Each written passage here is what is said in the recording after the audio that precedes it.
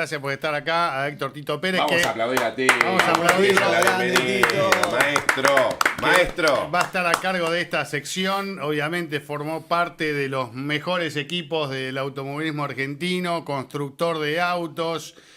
Hoy entrando en un nuevo terreno de construir autos prácticamente, no sé si en serie, pero a pedido.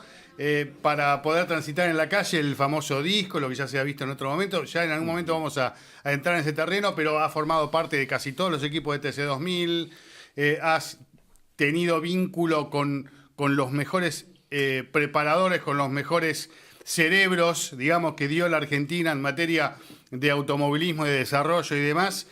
Tenés muchísimo conocimiento y a mí me da mucho placer que puedas estar acá hablando de técnica para que todos entendamos un poquito mejor ese mundo. ¿Cómo andas, Tito? Gracias por venir. Bien, bien. Gracias a ustedes. Siempre es lindo charlar de lo que a uno le gusta y sobre todo tratar de transmitir un poco, ¿no? Somos de una época en que los desarrollos eran parte del automovilismo. Hoy se pasó a un automovilismo un poco más de entre comillas, de kit, sin desmerecerlo, pero nosotros somos las últimas generaciones de un automovilismo que vivimos del desarrollo completo. ¿Qué reglamento te permitía usar más la cabeza? Liberar la cabeza. Sí, era todo prácticamente libre, tenías que responder a dimensiones, a pesos, a anchos máximos, largos máximos y yo qué sé, pero tenías muchísima libertad, tanto en el desarrollo de las suspensiones como el del desarrollo de la pieza que vamos a hablar hoy, que era estándar exterior, para que te des una idea. O sea, vos tenías que agarrar el amortiguador de afuera y tenía que ser un amortiguador estándar, un PEN de competición, sí. Pero adentro era absolutamente libre. Claro. O sea, imagínate el resto. Cualquier cosa podían hacer, claro. Exactamente.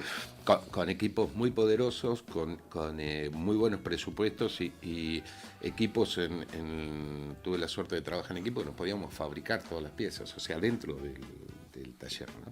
Sí. Entonces hacíamos desarrollos completos. Fue una muy linda época y bueno, eso te deja mucho conocimiento y mucha experiencia que hoy tal vez los chicos o los ingenieros nuevos no la necesiten. Hoy está mucho más centrado en la adquisición de datos, en ver que interactuar con el piloto en la parte de cómo está utilizando el auto, pero no tienen tanta libertad para trabajar en la parte técnica, ¿no? Claro, va mucho por ahí hacia lo aerodinámico también, ¿no? En pequeñas cuestiones que hoy te pueden permitir marcar la diferencia, ¿o no? Sí, la parte aerodinámica, pero sobre todo en la parte de setup. No podés estar definiendo... probar, al menos, depende de los reglamentos, ¿no? No estoy tan al tanto hoy, pero no tenés libertad de probar una cantidad infinita de alerones o diferentes perfiles de piso. En algún momento de la historia se empezó a optar por el piso plano, creo que hoy el TC2000 vuelve a usar piso con difusores, pero reglamentados. Entonces, sí, se acotaron mucho los desarrollos. Inclusive todas las canalizaciones interiores, la canalización del aire caliente sale al radiador, hoy está reglamentada y hubo épocas en las que trabajábamos que no, eso llevaba a hacer desarrollos muy lindos y también fue una época de que había, como hoy, muy muy buenos pilotos y también estaban la elite de los técnicos trabajando, entonces la vara estaba alta, estuvo muy bueno. Te digo, si nos ponemos a charlar, podemos estar horas, ¿no? Hablando de un montón de cosas. Seguramente vienen surgiendo temas a medida que avancen estas charlas los días martes y esta sección. Pero nos vamos a focalizar en la pieza del día de hoy, que la tenés ahí sobre la mesa, un amortiguador, que uno dice, mirá qué pieza tan simple, tan sencilla, y es todo lo contrario, y muchas veces es la clave del fin de semana, de un tiempo de vuelta rápido o de una carrera en el que el auto haga lo que el ingeniero quiere o que el piloto de alguna manera también le está pidiendo al equipo, ¿no? Tal cual. Empezamos el otro día cuando estábamos hablando de qué temas tocar, tal vez no arrancamos de la base, porque ya el amortiguador es una cosa un poco más profunda dentro de lo que es el funcionamiento de un auto, pero es súper clave. O sea, Para que un auto de carrera te vaya rápido, tenés que tener tu elemento de contacto con el piso, el auto interactúa con el piso y tenés que tener las 4 gomas la mayor cantidad de tiempo con la mayor presión en la vertical posible en el piso. De esa manera vas a poder frenar como corresponde, transitar una curva como corresponde y acelerar lo antes posible a la salida de una curva, que es parte de los secretos para andar rápido. En todas esas funciones interviene el amortiguador. No vamos a entrar en los detalles de un amortiguador convencional de un vehículo de calle. Sí. Ya la idea era explicar un poquitito cómo funciona un amortiguador monotubo, que es en la mayoría de los casos lo que se utiliza en automóviles de competición. Si bien hay una evolución más elevada, que son bitubos presurizados, que hay un par de marcas de elite que los usan, es muy común en nuestro automovilismo al menos usar este tipo de amortiguador, que es un monotubo presurizado.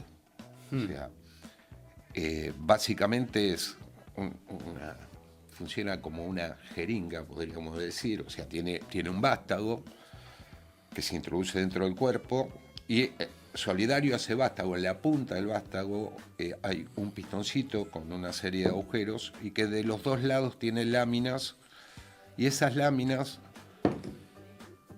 que están en las dos caras, podríamos decir, son las que de alguna manera limitan el pasaje del líquido, le ofrecen una resistencia y va a ser la resistencia que vamos a tener para que el vástago entre en la carrera de compresión o salga en la carrera de expansión.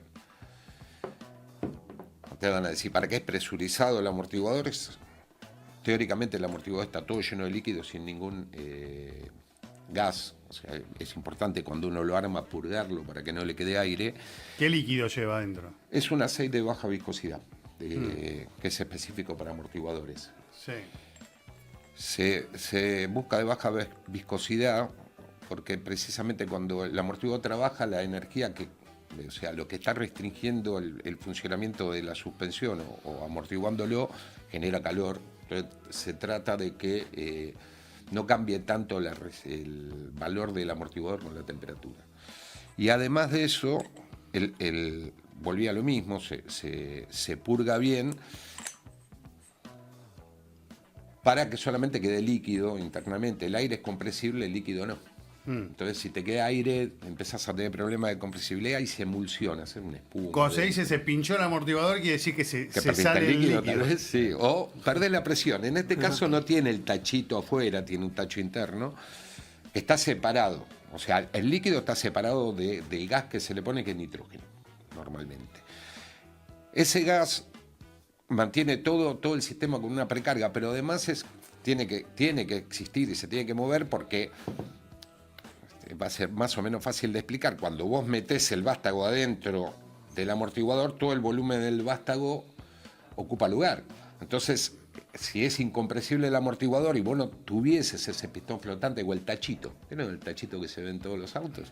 Que hay un pistón flotante. Es para absorber básicamente el volumen del vástago al ingresar dentro del cuerpo del amortiguador, que es bastante importante porque normalmente son vástagos de 15,8, de 5 octavos y el volumen es importante.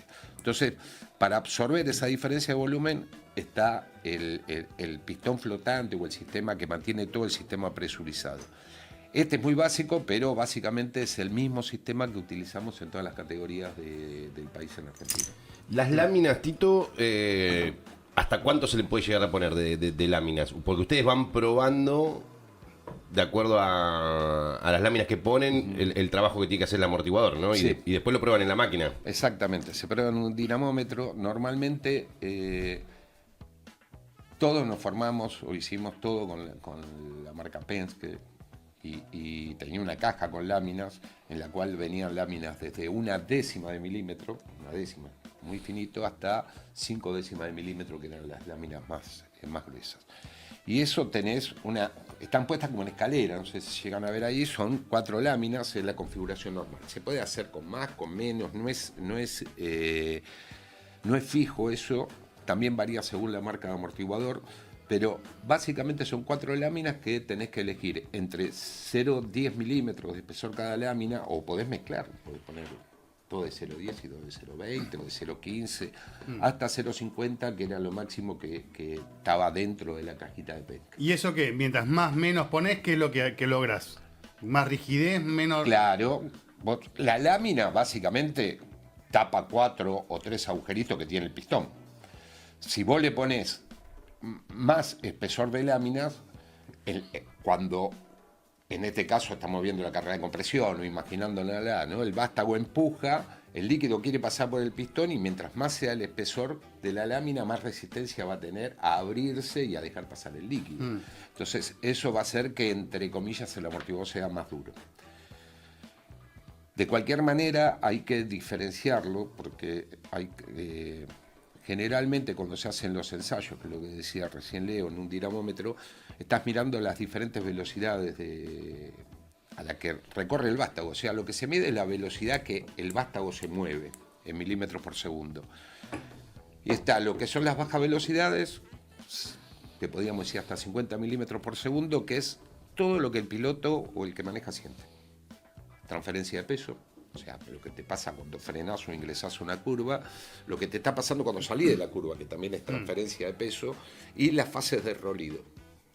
Esos generalmente trabajan dentro de del área de la baja velocidad, que te vuelvo a repetir, hasta 50 milímetros por segundo, más o menos. Estoy dando datos generales, esto es muchísimo más profundo de lo que estamos hablando. Tenés espirales también. Claro. Tenés espiral y ubicación del amortiguador. Claro. Y un montón Es un de mundo. cosas. Un mundo. Y después tenés la alta velocidad, que tiene que ver directamente con el grip, pero es muy incidente en curva de mediana y alta velocidad en el tránsito. Entonces, se puede trabajar, se trabaja de hecho en las partes de alta velocidad del amortiguador, y eso tiene que ver con la forma del pistón y la cantidad de láminas. Y con algunas regulaciones o pasajes. Hay algunos agujeritos, a veces en los pistones, que le decimos bleed, que regula la baja velocidad y lo suaviza.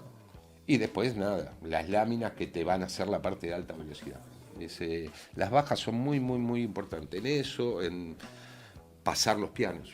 Vos a veces vas a ver que viene un auto y pasa el piano sin dificultad, podríamos decir, y hay otros que pegan y rebotan directamente, sí. Le pegan la piano y se ponen en dos ruedas. Bueno, eso tiene que ver mucho con la resistencia o cómo está calibrado el amortiguador en baja velocidad. Hoy hablaban de la carrera de Rosario, ustedes están viendo algunas cosas, más allá del accidente de este chico Trau, que fue muy fuerte, se acordó mucho al de Tommy Cincolani. Claro, exacto. Es el mismo tipo de accidente.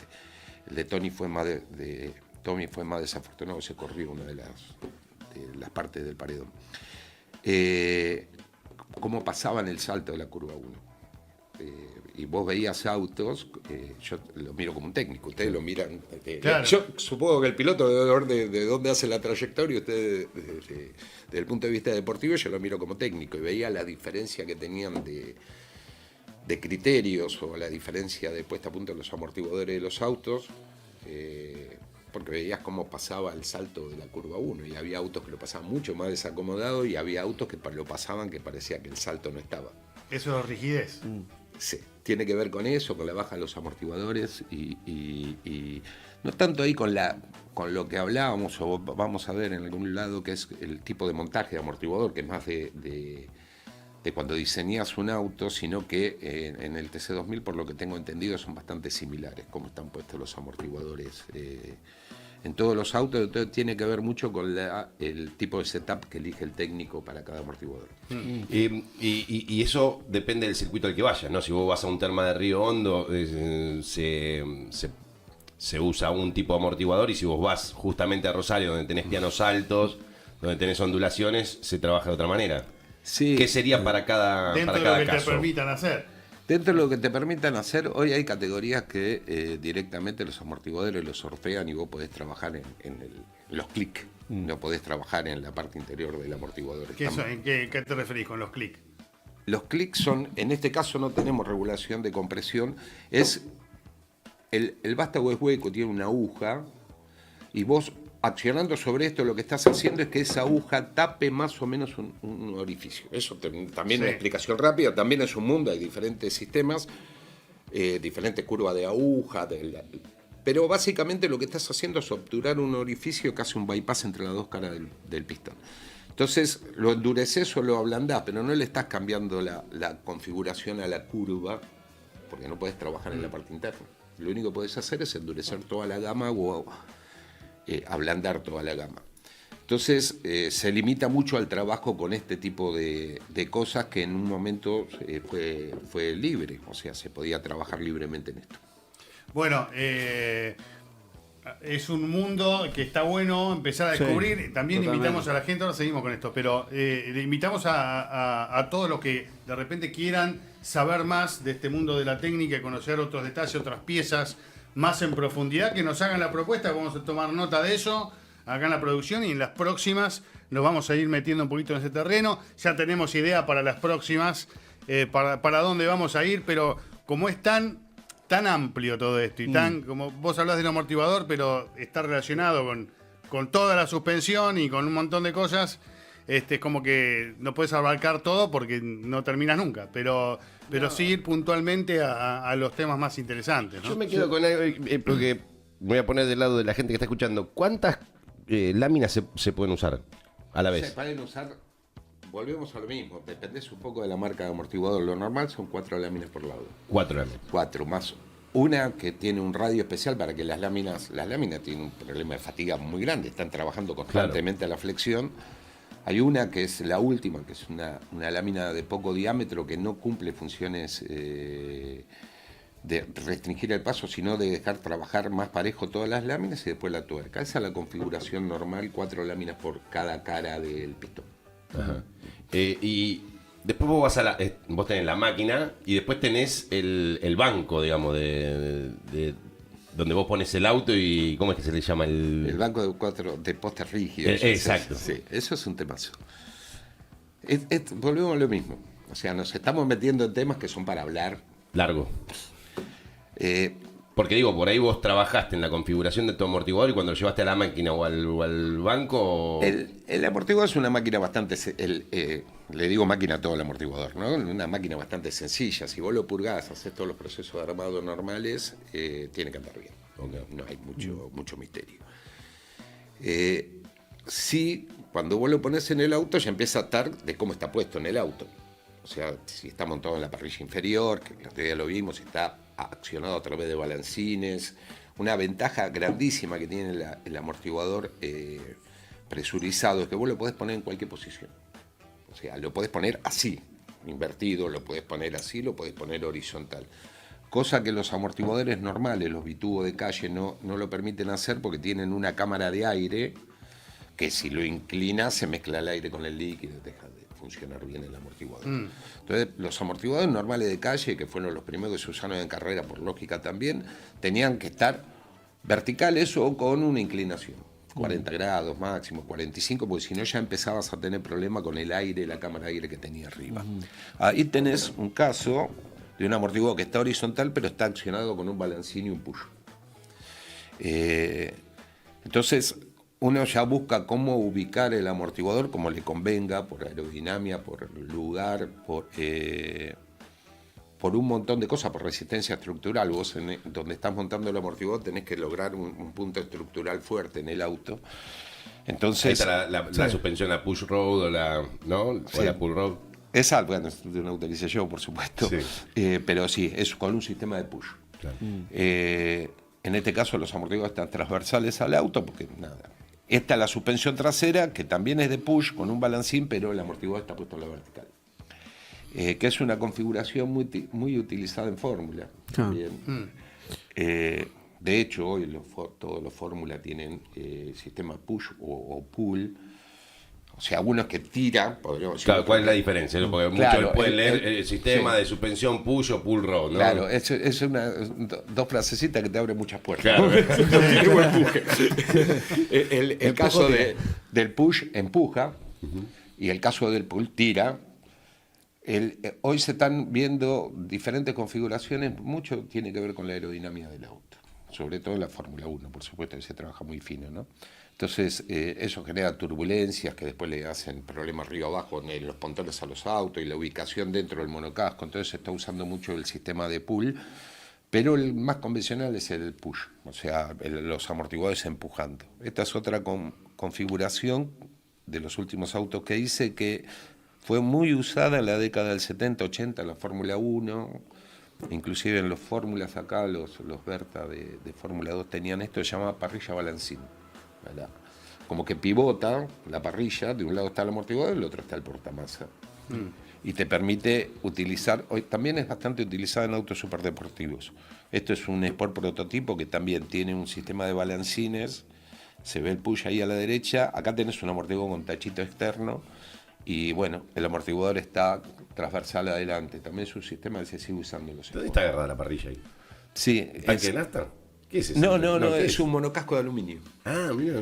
No, es un Sport bastante interesante. Espectacular. Sí, tiene No habla tan- español este. No, es europeo el auto del año 2012, una marca llamada Aquila, tiene un motor de 600 HP. Ah, mira. Caja Aquila. Sí, es un- Tremendo. Me llamó la atención dónde estaba agarrado el anclaje ahí de la suspensión esa. Sí, es típica, una solución típica aeronáutica. Tenés un monocasco de aluminio remachado y la manito, el anclaje de la parrilla de suspensión está agarrada al monocasco. Claro.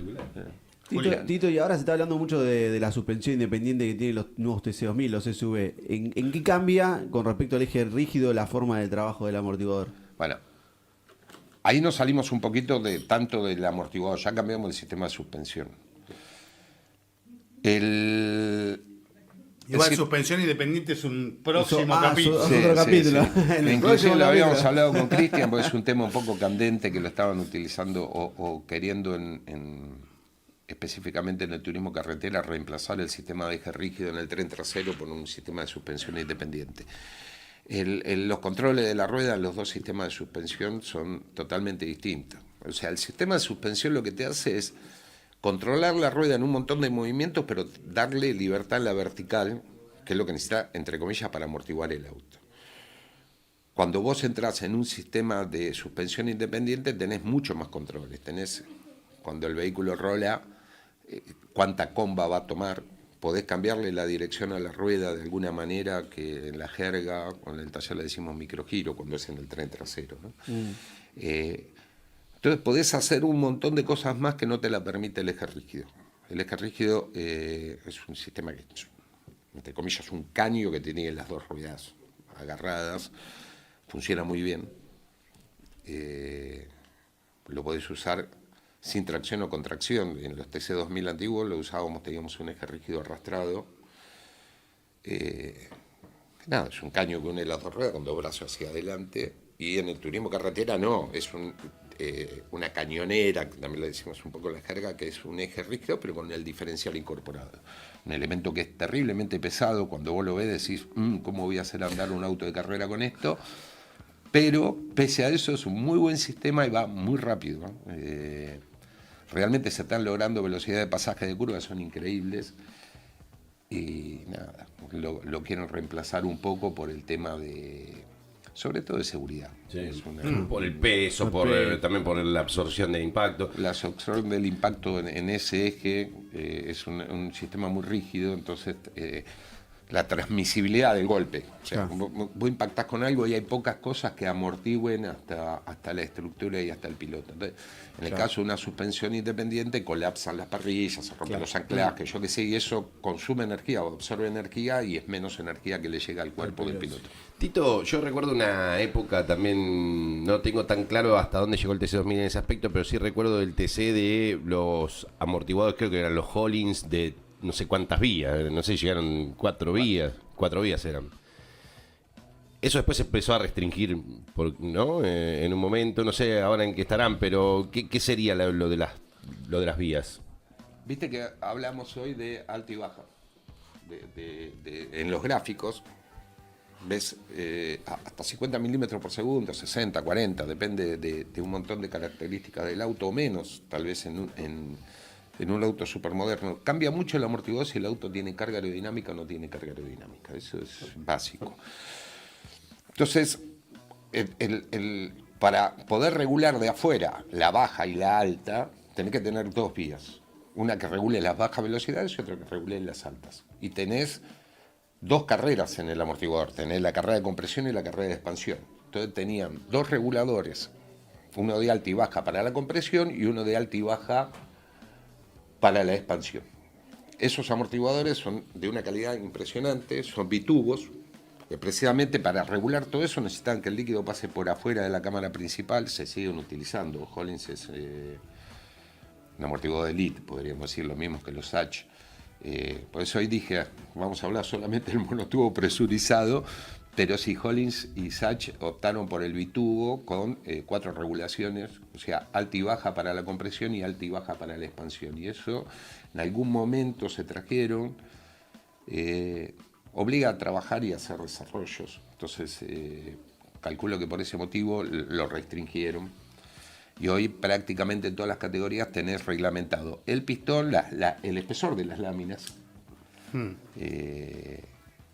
o en categorías como el TC, que directamente sortean los amortiguadores antes de la competencia, los pones y ya está. Bueno, Tito, un lujazo. La verdad que este es el primero de distintos momentos que vamos a ir teniendo todas las semanas en este espacio, como dijimos, que llamamos el taller de Tito. Yo puedo Para mí es una un placer. última, Sí. porque me queda esto de... Porque recién dijo lo de la carga aerodinámica, que es importante. Hoy pasó, creo que son 700 kilos de carga aerodinámica, creo que pasó a tener la CSV de C2000, una bestialidad. Depende de la velocidad, no sé cómo Claro, la están midiendo. No, no sé estoy, qué no, estoy, velocidad. no estoy en el día a Sí. día. Pero ponele que vos duplicase la carga aerodinámica de lo que venías a lo que tenés. ¿Cuánto cambia tu configuración de amortiguador? Un montón. El auto empieza a funcionar diferente. Vos pensás que el aire es como una mano que le estás poniendo arriba del techo al auto. Esos niveles de carga aerodinámica generalmente se logran por el flujo inferior. O sea, están teniendo pisos Efecto suelo. con efecto suelo, exactamente. Y el efecto suelo es un temazo porque es muy, muy, muy, muy, muy dependiente de la altura de la cual está el auto. Eso es tan dependiente, yo me reía, ¿no? A veces, ayer puse un tuit que decía, lo viejo funciona. Sí. En un momento, hace 2 o 3 años, cuando permitieron el efecto suelo en la Fórmula 1 y los autos salían y tenían un problema que se llama bombeo aerodinámico en español, lo miré, digo, me fui automáticamente a la década del 80 y los únicos autos que no saltaban eran los de Neuer. Había vivido lo del efecto suelo. Claro, lo habían resuelto en su momento. Claro. Sí. Es la carga aerodinámica, para que te des una idea, es parabólica. O sea, por debajo, por encima de la altura del piso, perdés un montón de kilos o ganás un montón de kilos. Entonces te empieza a hacer eso. El auto viene funcionando, oscila naturalmente sobre sus resortes neumáticos, es un sistema oscilatorio, por eso te digo que es bastante complejo. Y en un momento de esa oscilación, cuando pasa por la altura óptima, genera una carga aerodinámica terrible, se aplasta, pero cuando se aplasta la pierde. Entonces los resortes te lo hacen volver y se pasa para el otro lado, y el auto viene bombeando aerodinámicamente.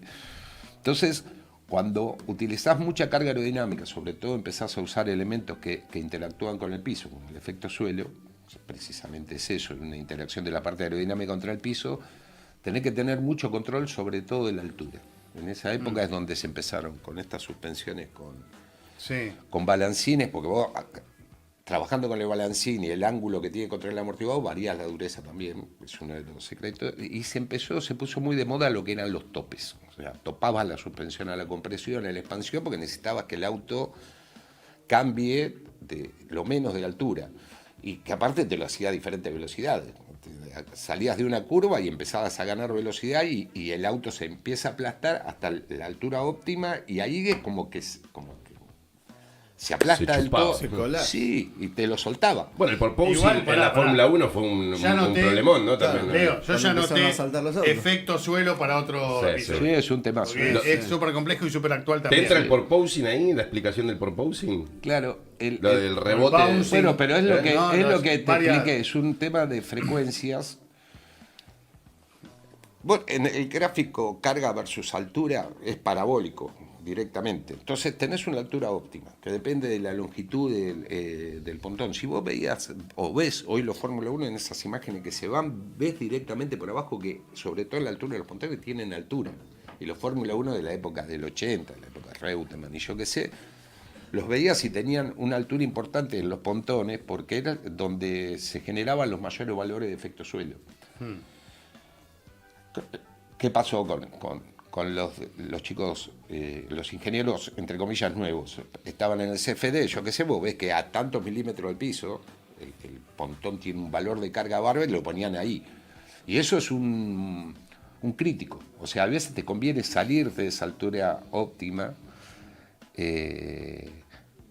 para precisamente evitar los problemas de bombeo. Hay anécdotas, sí. pero nada, Ya vamos a volver. bastante profundos. Ya vamos a Espectacular. volver. Bueno, De- un lujazo. Tito, un placer.